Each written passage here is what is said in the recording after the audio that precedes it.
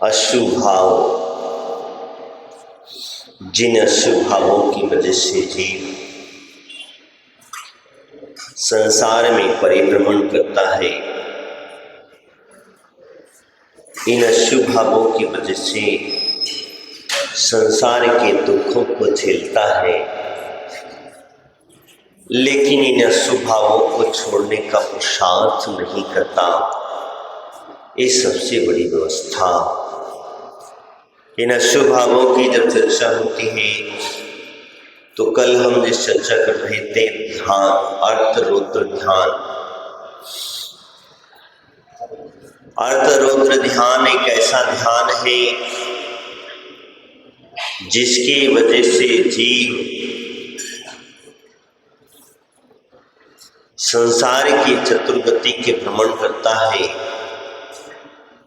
और इन ध्यान का करने का उद्देश्य, आप सोचते होंगे कि हमें एक जगह बैठना पड़ेगा, आंख बंद करके बैठना पड़ेगा, स्टेबल बैठना पड़ेगा, तभी ध्यान होगा। ये ध्यान तो तुम्हारे 24 घंटे चल रहा है, इसे करने की आवश्यकता नहीं पड़ती है। इसे मन में विचार आना ही एक प्रकार का ध्यान जिसको कहते हैं। अब आजकल तो ध्यान की पद्धतियां लोगों ने अलग तरीके से मान ली। ध्यान करने की चीज नहीं है, ध्यान तो अपने आप हो जाता है। बस आपका मस्तिष्क में चल क्या रहा है, ये सबसे बड़ी मुख्यता होती है। किसी वस्तु के ऊपर आपका ध्यान एकाग्र होकर के टिक जाना, इसी का नाम होता है ध्यान। ध्यान की व्यवस्थाएं अलग अलग तरीके से बताई, लेकिन जहां हमारे मन में जब चलता है विकल्प, जिसको हम कहते हैं कि किसी के व्यक्ति चला गया, बहुत अच्छा था बेचारा, चला गया, अब बस दिन भर हम उसके बारे में ही चर्चा करते रहेंगे, सोचते रहेंगे, चलता रहेगा, तो हमारा ध्यान उसके ऊपर लगा हुआ है। तो इसीलिए वो ध्यान जो है वहां पर भटक जाता है। और आप कहते हो कि मेरा मन नहीं लगता। मन लगे कैसे? मन तो कहीं और ही जाकर के पहुंच गया है। कई बार हम लोग देखते हैं, कई माताएं पुरुष हमारे भाई लोग क्वेश्चन करते हैं, कहते हैं महाराज हम माला फेरते हैं, माला में मन नहीं लगता। हम आंखें बंद करके बैठते हैं तो आंख बंद करते ही घर गृहस्थी का जंजाल दिखाई नजर आने लगता है। घर गृहस्थी की माया, सारे माया जाल दिखने लगता है। और वही सुबह से उठे शाम तक का वही सिस्टम हमारा चलता है।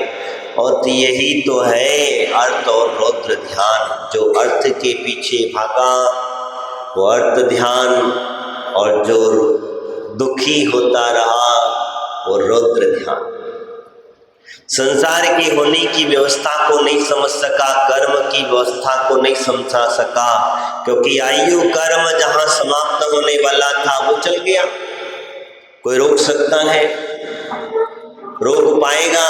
जिस जीव का अगर आयु कर्म समाप्त हो गया हो, चाहे वो छोटा सा जीव चींटी क्यों ना हो, चाहे वो बड़े से बड़े इंसान में मनुष्य भी क्यों ना कोई भी हो, जहां आयु कर्म समाप्त होता है वहां पर वो व्यक्ति क्या, जीव सिर्फ कपड़े की तरह परिवर्तन कर लेता है।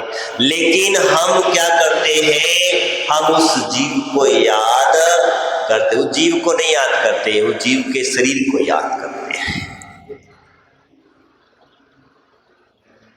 हम उस जीव को याद करने का उद्देश्य हमारा नहीं, क्योंकि वो जिस शरीर पर्याय में था हम उस पर्याय को याद करते हैं। और जिस पर्याय के दुखों को हम याद करते हैं, यही कारण होता है तो हमारा मन जो है भगवान की भक्ति में आदि में नहीं लगता। रौद्र ध्यान, अर्थ ध्यान की जो चर्चा कर रहा था, तो इन ध्यानों के माध्यम से हम अपने आप में कर्म का बंद करते हैं और ये कर्म दोनों ही ध्यान 24 घंटे चल रहे हैं। आप जितनी देर सिर्फ मंदिर में बैठे हैं, जितनी देर आप पूजा कर रहे हैं, वो भी आप जितनी देर आपके भाव लग रहे हैं तब तक ही शुभ ध्यान हो रहा है, धर्म ध्यान हो रहा है। अन्यथा मन कहीं और, वचन कहीं और, शरीर से मंदिर में,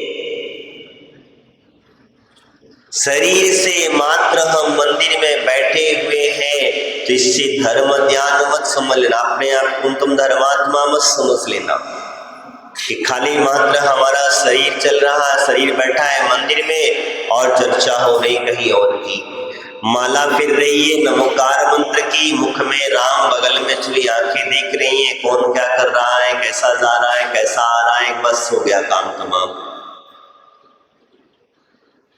तो ये सारी क्रियाएं ध्यान की व्यवस्था बताती है कि हमें एकाग्रता होकर के धर्म ध्यान किया जाता है। एकाग्रता हमारे सेवल, आज तुम मंदिर में बैठ करके तुम्हें गर्मी सहन क्यों नहीं होती है, इसका कारण मैं आज आपको बताता हूँ।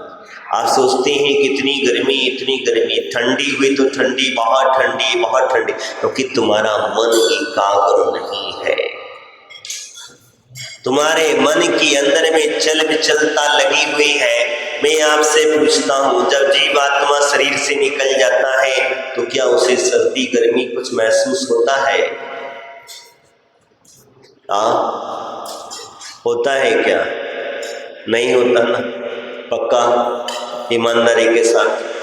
तो वापस से वही पूछता हूँ, तो जीवात्मा जब तक था और जब नरक में जाकर कितनी सर्दी पड़ती है कि मेरु समान लोह का गोला अगर डाल दो तो जम करके बर्फ बन जाएगा तीक्षण में। वहां जीवात्मा को सर्दी क्यों महसूस नहीं होती?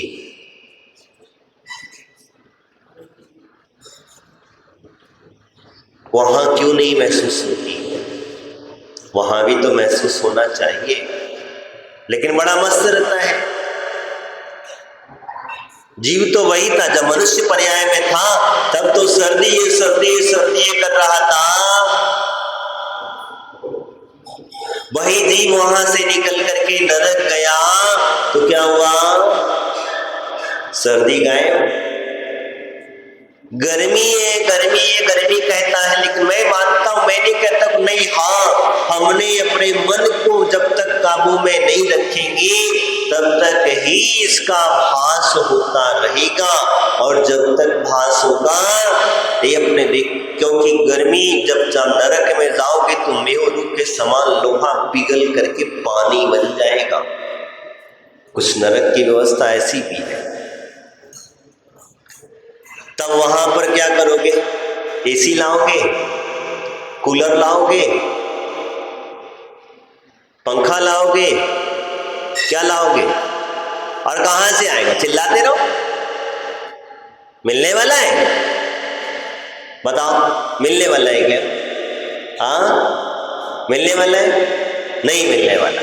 तो हमने यही कारण होता है, मेरी बात को थोड़ा ध्यान से समझना, यही कारण होता है कि हमारे जिन मंदिरों में बैठ करके आप जो मन की चंचलता की भावना भाते हो, तो आप विचार करते हो कि आत्मा वही है। जब आत्मा एक कीड़े के अंदर में चली जाती है तो वो कीड़ा जाकर के इंसान का मल, जानवरों के मल में जाकर के पिलपने लग जाता है। आत्मा वही है, कोई अंतर नहीं है, तुम्हारी ही आत्मा है। तुम जब जाके कीड़े बिल्ले बनोगे, अब जाकर के उनमें जाकर के तुम्हारा जीव घुसेगा, तो तुम जिससे घृणा कर रहे थे,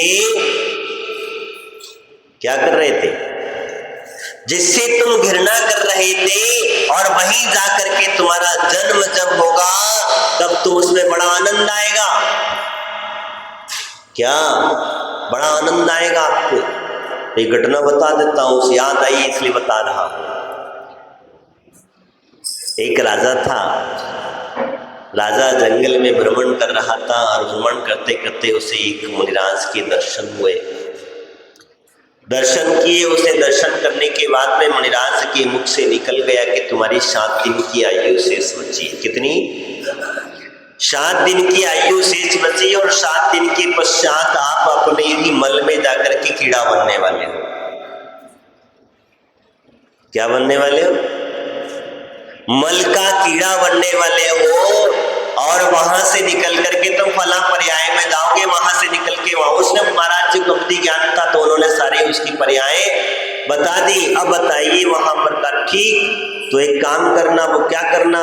तो उसने कहा सारी घटना अपने बेटे को बता दी और बेटे से कहा कि मैं 7 दिन के बाद मृत्यु को पाऊंगा और पाने के बाद में, क्योंकि मैं अपने ही मल खाने में कीड़ा बनने वाला हूं, ऐसे से कलर का कीड़ा होगा और आप तू क्या करना, मुझे मार देना। क्या करना?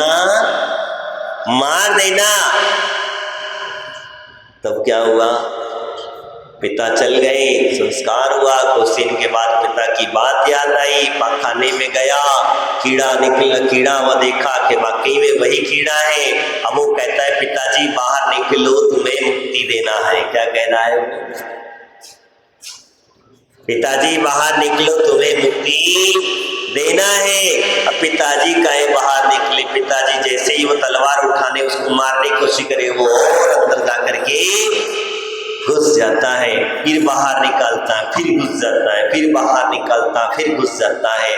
वो बेटा बड़ा परेशान हो गया, बोले बताओ पिताजी कह गए, मैं अंतिम इच्छा पूरी नहीं कर पा रहा हूँ। तब जिस मुनिराज ने कहा था जहां पर, फिर वो पहुंच गया। बेटा पहुंच जाता है महाराज के पास। महाराज बोले ऐसी क्या चक्कर है, कुछ समझ में नहीं आया।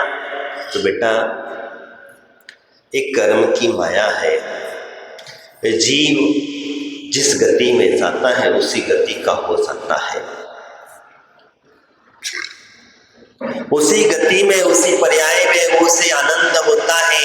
जब तक मनुष्य था तब तक मल से घृणा करता था और आज जब वो कीड़ा बन गया तो मल उसका घर बन गया। और जब तक इसका आयु गर्भ बांधा है मल के कीड़े का, तब तक ये कीड़ा मरने वाला नहीं है। तुम लाख पुरुषार्थ करो तब तक ये मरेगा नहीं। तो कहने का तात्पर्य भी मेरा यही है कि ये भी अर्थ रौद्र ध्यान करने से हम ऐसी ही जगह पर जाते हैं। रौद्र ध्यान और अर्थ ध्यान करने से हम किसी बात को पकड़ करके बैठ जाते हैं। मेरा बेटा, मेरी बेटी, मेरा पोता, मेरा, तुम उनके घर में जाकर के जन्म ले लेते हो। यह तो रौद्र ध्यान की परिभाषा में आपको बता रहा हूं। जब किसी व्यक्ति को मरता हुआ देख करके जीव जब रुदन करता है और रुदन करने के समय पर वो जो रोने लग जाता है, उसके लिए दुखी होता है, तो दुख का परिणाम अगर छूट गया तो ठीक। आजकल तो रोना ही बंद हो गया है। आजकल तो आंसू इतने ज्ञानी हो गए हैं कि क्या बताएं, अब अधिक ज्ञानी हो गए हैं। अपना रोने के आगे दूसरे का रोने का चिंता किसे पड़ी हुई है। घर में अगर कोई चला जाए, पहले की बात अलग थी, वो लोग बेचारे इतना, उनको वास्तविकता में दुख हुआ करता था कि भैया चलो घर का कोई व्यक्ति चला गया, लेकिन आज तो पड़ोसी को भी पता नहीं चलता है कि घर में किसी की मृत्यु हो गई है। और पहले अगर घर में मिट्टी हो जाती तो पूरे गांव भर में पता चल जाता था कि फलाने घर में मिट्टी हो गई है। आजकल तो मोबाइल का जमाना है, मैसेज देना पड़ता है, बताना पड़ता है कि भैया हमारे यहाँ मिट्टी हो गई, चल बसे आ जाओ। कहने का तात्पर्य मेरा वो है। लेकिन वो रौद्र ध्यान की जिसकी हम चर्चा कर रहे हैं, हम रोते हैं किस चीज को लेकर के, अपने दुखों को लेकर के रोते हैं। और जो व्यक्ति जितना रोएगा उतना ही वहीं जाकर के जन्म लेगा। ध्यान समझ लेना इसकी बात को। जो जिस जीव के लिए अधिक मोह पाल करके बैठता है, वो जीव वहीं जाकर के जन्म लेता है। जो सुबह से उठ करके दिन भर जिंदगी भर तक वही मानस पटल पर घूमते रहता है और वही परिणाम होता है कि वो जाकर के वहां जन्म लिया करता है। ये रौद्र ध्यान यानी कि आपने दुख मनाया तो दुख ही मिलेगा, सुख मनाया तो सुख मिलेगा। मैंने कहता आयु कर्म था, दुख बनाने से क्या फायदा होने वाला है, कुछ नहीं, कुछ क्षण का। तुम नहीं मनाओगे, आज नहीं मनाने, किसी को दुख नहीं होता जाने का। कुछ क्षण तक मुंह पे मुंह देखी बातें जैसे ही इधर उधर बटे, उसकी अग्नि संस्कार हुई, तब उसके बाद में सब अपने अपने काम में। दुख है तो किस चीज का है, अब इनके बदले का काम कौन करेगा। दुख इस चीज का है, उसका नहीं, जाने का दुख नहीं है कि अब उनकी व्यवस्था कौन देखेगा। अब हमें काम करना पड़ेगा, अब हमें सारी जिम्मेदारी हमारे ऊपर आ गई है, अब हमें जिम्मेदारी संभालना पड़ेगी, क्योंकि पहले जिम्मेदारी हमारे ऊपर नहीं थी। दुख उस चीज का है, वो गया उसका दुख नहीं है, वो किस गति में गया उसका दुख नहीं है, उसकी चिंता नहीं है।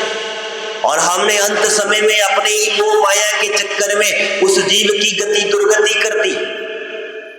किसी ने ये विचार नहीं किया कि अंत समय में इसे नमोकार मंत्र सुना दिया जाए, किसी ने ये विचार नहीं कहा कि इसे ले जा करके साधु संतों की शरण में ले जा करके छोड़ दे कि भैया कम से कम इस जीव की सदगति तो भी हो जाएगी। हमने दुर्गति करा करके हॉस्पिटल ले गए। कहाँ ले गए? डॉक्टर के पास ले गए, और वहां डॉक्टर ने क्या करेगा, तक चढ़ा दिया बाटल पे लगा दिया, मुंह पे मास्क और वेंटिलेटर पे धर दिया। वो पता नहीं कब निकल गया, तुम्हें पता नहीं चल पाता है। तो कहने का तात्पर्य मेरा वही है, ये अर्थ रौद्र ध्यान हमारे लिए बहुत नुकसानदायक है। एक तो धन के प्रति कभी भावना, क्योंकि ये चंचल है, आज है कल नहीं है। ये चंचल है, जब तक तुम्हारे भाग्य में होगा तो तुम्हारे पास रहेगा, जिस दिन तुम्हारे भाग्य में खत्म हुआ पता नहीं ये कब सरक जाएगा, पता मिट्टी बन जाएगा। देखते देखते हाथों में पकड़ते पकड़ते मिट्टी। कई बार ऐसा होता है, तुम जिसको छूते हो मिट्टी बन जाता है। तो यही कारण है, मैं आपसे कह रहा था। आगे कहते हैं कि वास्तविक बताते हुए अर्धरौद्र असंयम की बात करते हैं। अशुभ भावों की चर्चा में कर रहा हूं। संयम में कोई रहना ही नहीं चाहता, संयमी जीवन जीना। बोले महाराज त्याग नहीं है लेकिन खाते नहीं है। क्या हुआ? त्याग भी नहीं है और खाते भी नहीं है, तो फिर तुम्हें क्या फल मिलेगा? क्या फल मिलेगा बताओ? 0/0। मैंने बीच में भी एक उदाहरण दिया था, बैंक में खाता नहीं है, कितना भी जमा करते जाओ, जब निकालोगे तब क्या मिलेगा?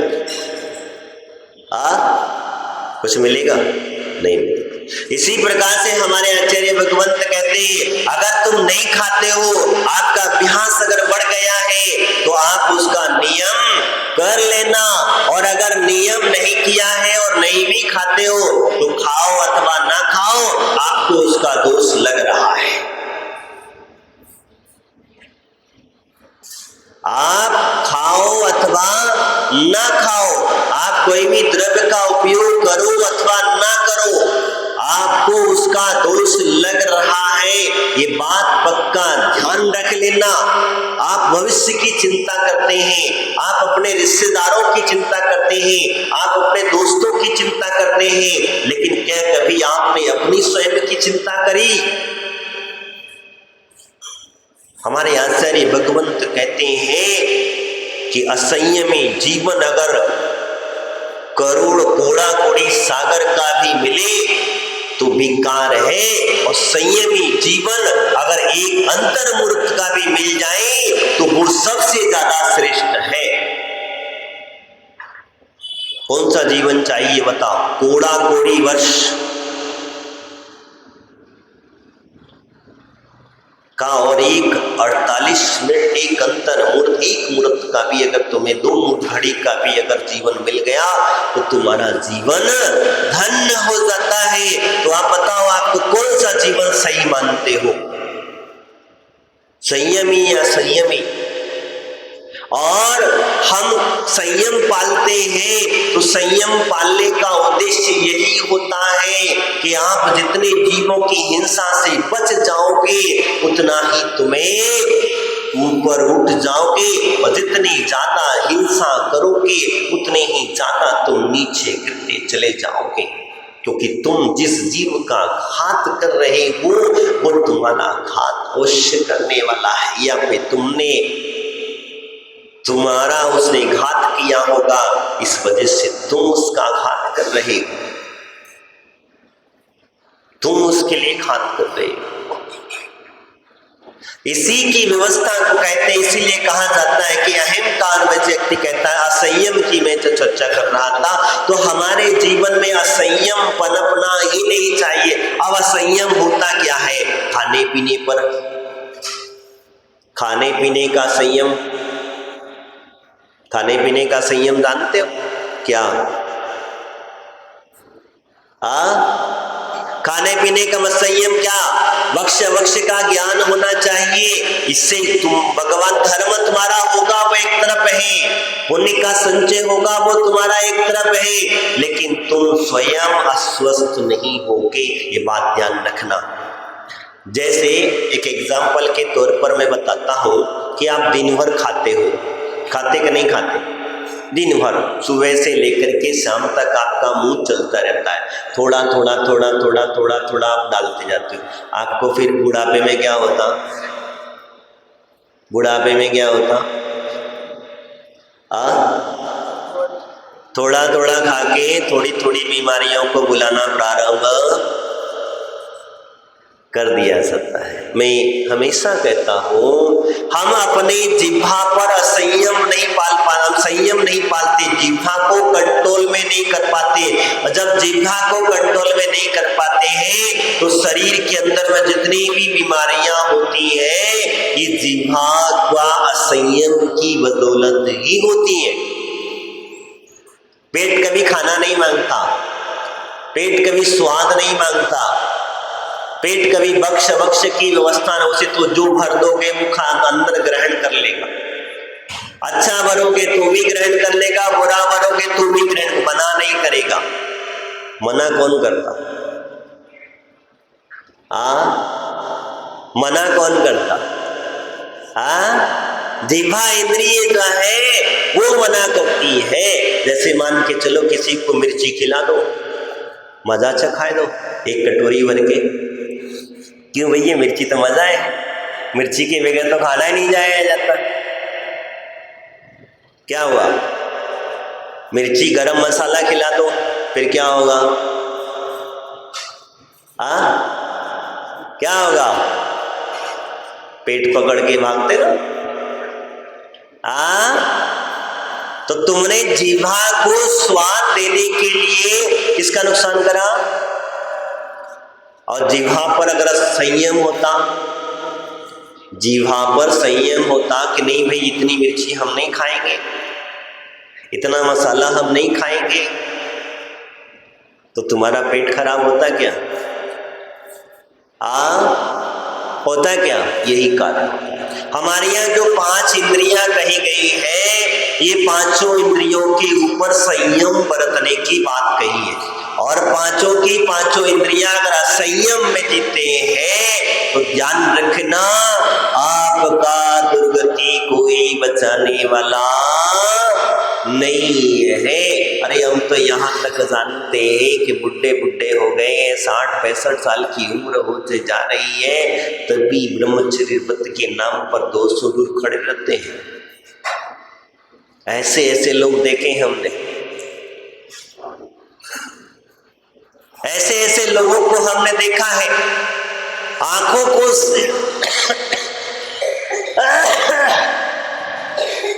इंद्रियों को, चक्षु इंद्रियों को पुष्ट करने के लिए हमने ऐसी ऐसी अश्लील हरकतों को देखते हैं। बताओ, आप जो टीवी पर देखते हो चित्रों को, जिन पिक्चरों को देखते हैं, इनको देख करके किसका आनंद मिलता है? क्या आपने उनसे विचार किया? आपको क्या ज्ञान मिला? क्या ज्ञान मिला मुझे बताओ। टॉकीज में जाकर के आप पिक्चर देखने गए और टॉकीज में जाकर के खर्चा किया, 3 घंटा खराब किए। कितने घंटे खराब किए? 3 घंटा खराब किए। उस पिक्चर से आपको क्या ज्ञान मिला ये बताओ? हो हल्ला। इससे तुम्हारा कितने कर्मों का बंध हुआ ये विचार किया? नहीं किया होगा।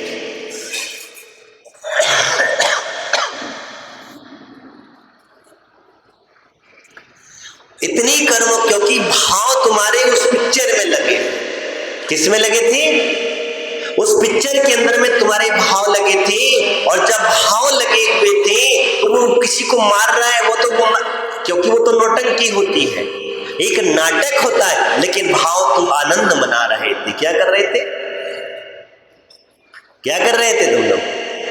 कोई किसी को पीट रहा है, कोई किसी का ऊपर कुछ कर रहा है, किसी के ऊपर किस तरीके से कर रहा है। तुम उस समय पर आनंद मना रहे थे, तुम उस समय पर खुशी मना रहे थे, तुम उस समय पर दुखी हो रहे थे। कई लोग देखे पिक्चर में देखते देखते रोने लग जाते, अरे मेरा जैसे साक्षात, अरे भगवान मैंने कहा। बताओ,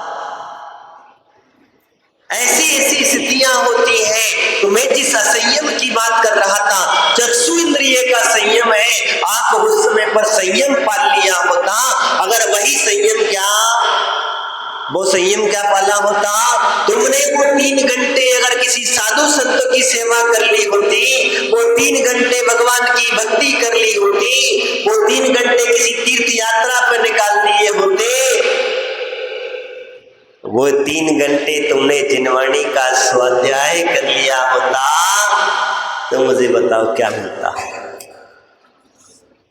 क्या मिलता? पैसे बचते, जो टाइम गया खोटी गया, जिस कर्म का हमारा शुभ कर्मों के भाव हमारे वहां गए वो बचते, शुभता का परिणाम होता। और वो शुभता का परिणाम ऐसा होता कि आपके जीवन में बहुत कुछ परिवर्तन कर देता। मैं ये नहीं कह रहा हूं, लेकिन मैं यहाँ पे एक उदाहरण के तौर पर बता रहा। तो चक्षु इंद्रिय का संयम है, और संयम पालोगे तो हम देखने के लिए करोड़ पैसे खर्च करके बहुत विदेशों में जाते हैं, मॉलों में जाते हैं, कहीं कहां नहीं जाते, पैसा खर्च घूमने के लिए जाते। मुझे बताओ क्या मिलता है वहां? क्या मिलता है? और वहां खा करके अनाप शनाप उल्टा सुल्टा खाते हो, होटलों में जाकर के पैसा खर्च करते हो, क्या मिलता है मुझे बताओ? कौन सा पुण्य मिला तुम्हें?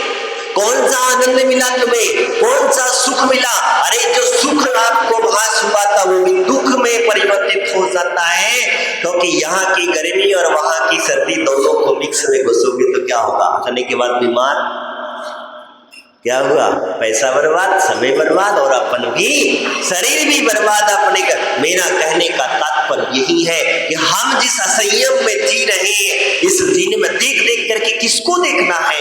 अरे बाहर बहुत कुछ देख डाला हमने, लेकिन अभी भी हम अंतर्मुख नहीं हो पाए हैं।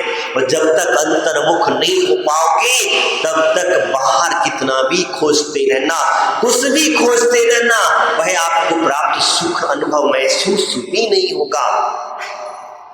इन कर्ण इंद्रियों को लेकर के आप बस गाने बजाते हो, असील असील गाने सुनते हो, उसमें आप खुश रहते हो। मैं आपसे पूछता हूं, क्या कभी आपने भगवान की भक्ति में मन लगाया? कभी इस कर्ण इंद्रिय को तृप्त किया? उसको सुनने से आपके परिणाम खराब हो जाते हैं, आपके भाव खराब हो जाते हैं। ऐसी चीजों को सुन करके भी कभी कभी कान को बंद करने के भाव होते हैं। ऐसे ऐसे शब्दों को हम श्रवण करते हैं तो तुम्हारे भाव खराब होते होंगे। तो बताओ कितना बड़ा संयम में जीवन तृप्त हो जाता है कि नहीं है? इस विचार करना कि हम इस संयम में जी करके कितना आप आनंद मान रहे। अरे मनुष्य पर्याय मिली है, 5 इंद्रियां मिली है, इन 5 इंद्रियों को बस में करने का पुरुषार्थ करना, कंट्रोल में करने की कोशिश करना। आप धीरे धीरे करके पहले इसको प्रैक्टिस रूप में लेकर के आना। जैसे आप अभी प्रैक्टिस करते हैं कि हम खाते तो नहीं है, लेकिन नियम क्या खाते तो नहीं है लेकिन नियम तो ये होता अभ्यास।